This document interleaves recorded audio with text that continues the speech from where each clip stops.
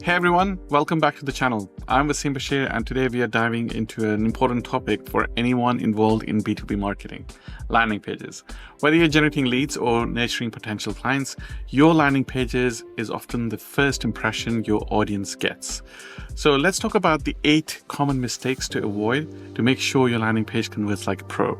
Let's get started.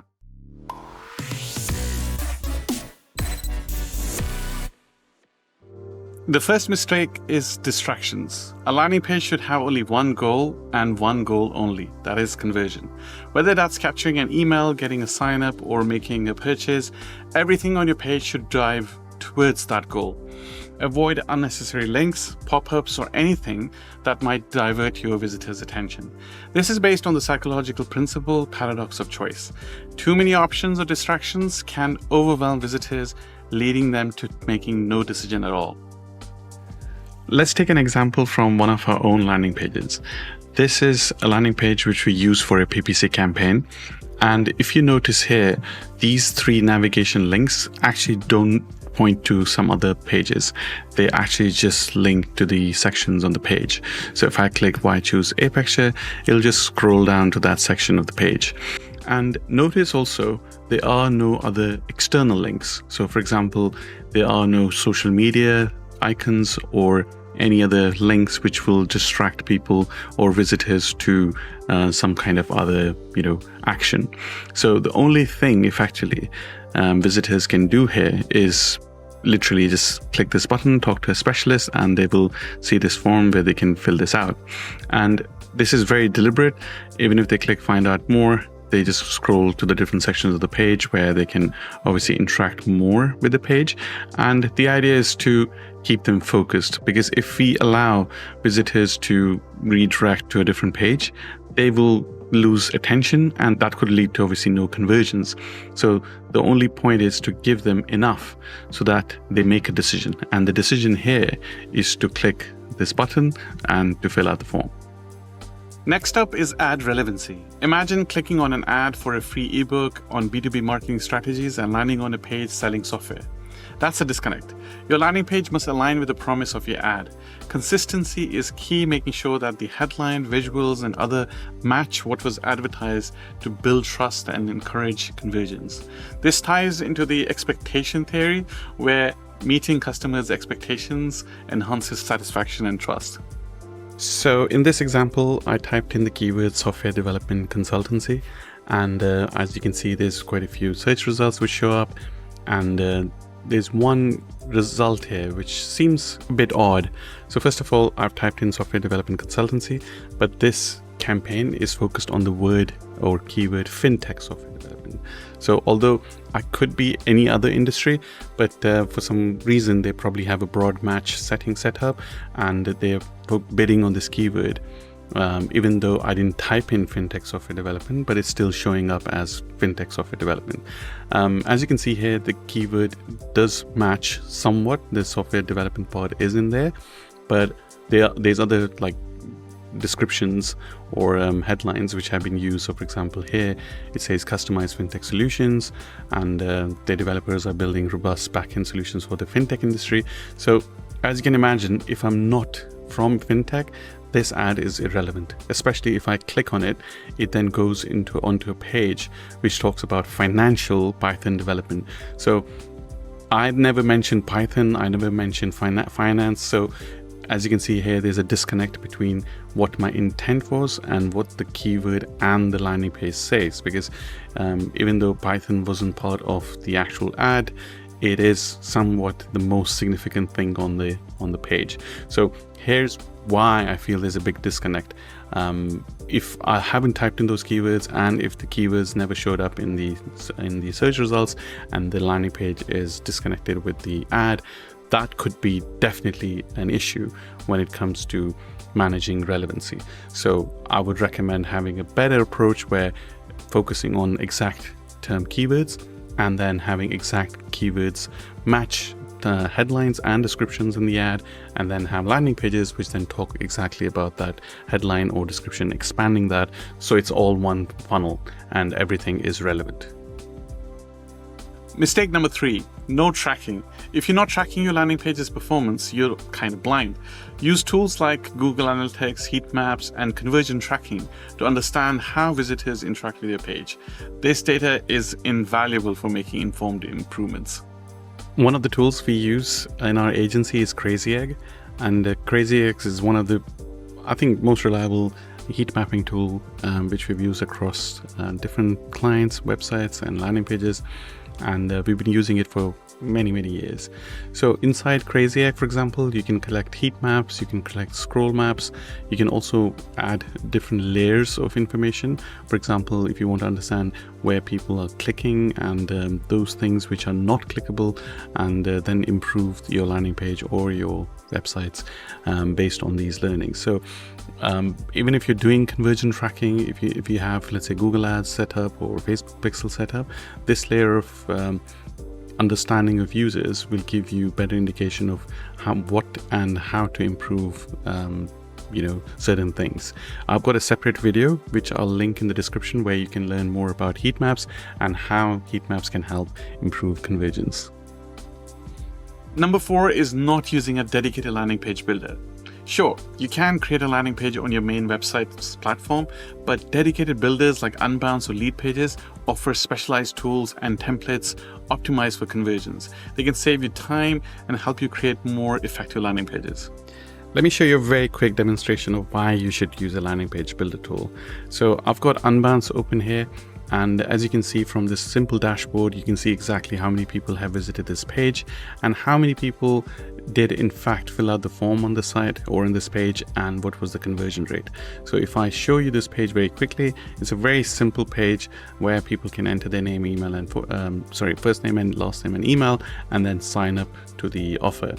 And in order to achieve something like this in a tool like Webflow, WordPress, although obviously you can do it, you can achieve it, the only thing which I find slightly confusing and overall time consuming is in order to understand conversions for that particular page, you'll have to set up Google Analytics, you'll have to then make sure that you set up goals properly, and then every time you need to understand how many people filled out the form, you'll have to go to Google Analytics and check out that report.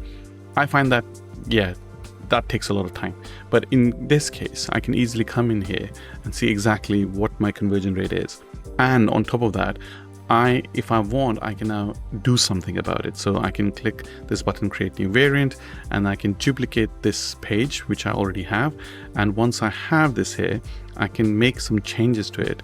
And let's say if I want to change the headline, I can do that very quickly and then click save and then go back to my original dashboard.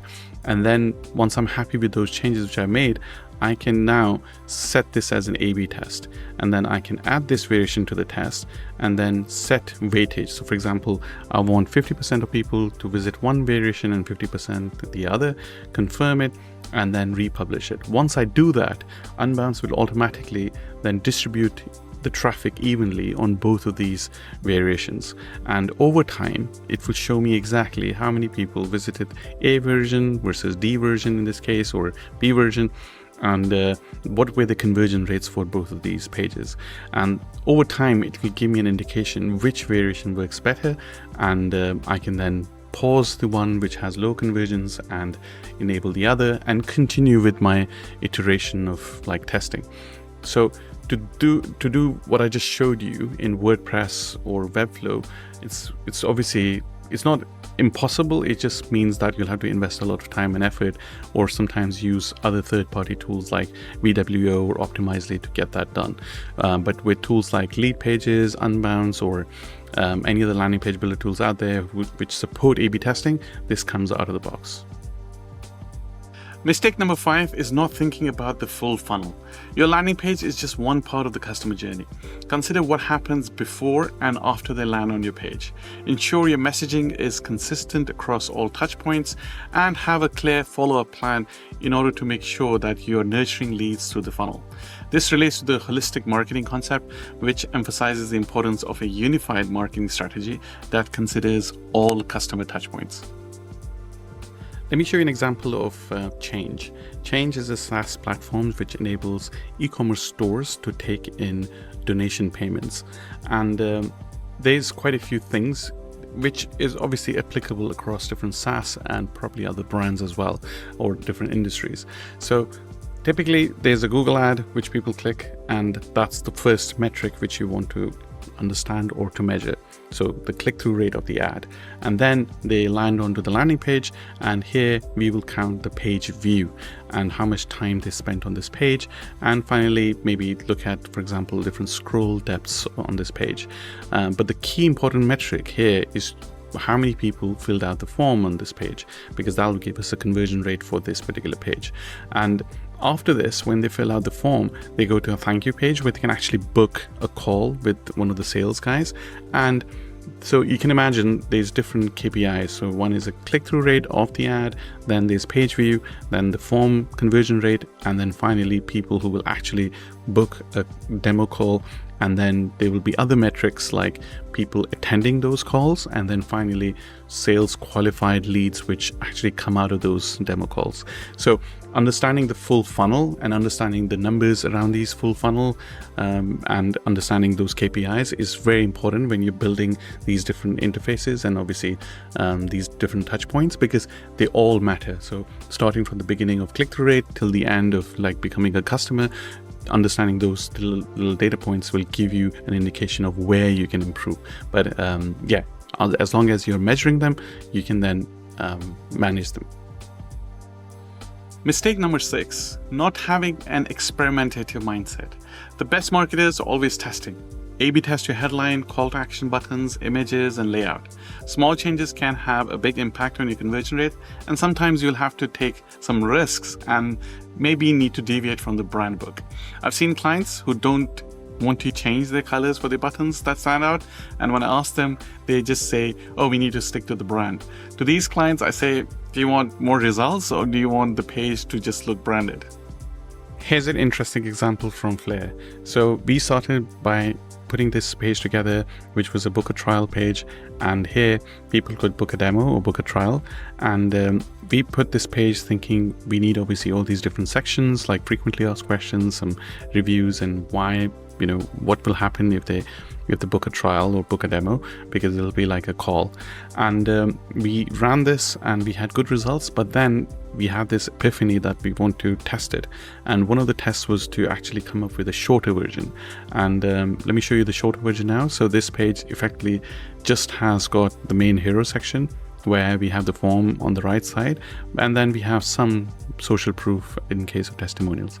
And this outperformed the existing page by 100%. So we kind of doubled the conversions. So that shows the power of A/B testing, where you can think of an idea and just, you know, run it, test it, and make sure that it actually shows you some kind of difference. Whether it's negative or positive, that obviously time can tell, but at least you have that mindset of like, let's actually test this and get it out of the way, instead of just like, you know, putting a page out there forever and you make no changes to it. Yeah, so that's never gonna either improve or change your conversion rates.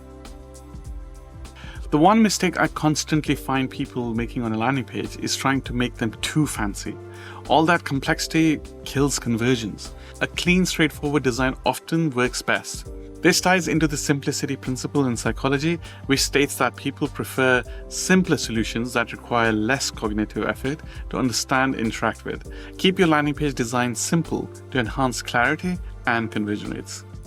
Another common mistake is not focusing on the device type through which visitors will come. If the majority of your traffic comes from mobile, you need to prioritize a mobile-first approach. This is based on the responsive design principle, ensuring that your landing page looks and functions well on all devices, especially mobile. Remember, a poor mobile experience can turn away potential leads. Also, when analyzing heat maps, you can create heat maps for desktop and mobile. So that way you have a more understanding of each of these different devices and then take actions based on what is happening for that particular device. Because sometimes what you will notice, there are things which are on desktop which shouldn't be on mobile and the other way around. So for example, here in Crazy Egg, we can exactly see those heat maps based on device type, and we can then click on any of the variants and understand, a bit more about exactly what's going on. And as you can see here, this is a mobile version heat map, and it will have a different scroll depth because people obviously tend to scroll more on mobile versus desktop, and we can see exactly where people are dropping off versus a desktop one, which obviously is way different because the screen is wider and people have a different way of interacting with the desktop page. So make sure not only you created two different variants, but also you have a way of tracking those two variants separately, and it will give you so much insight into exactly what's going on. So there you have it, guys. 8 landing page mistakes to avoid by keeping your page focused, ensuring ad relevancy, tracking performance, using the right tools, thinking about the right funnel, maintaining an experimentative mindset, avoiding overly fancy designs, and focusing on the right device type. You can create landing pages that truly convert. If you found this video useful, give it a thumbs up, share it with your network, and don't forget to subscribe for more B2B marketing tips. Thank you for watching, and I'll see you in the next video.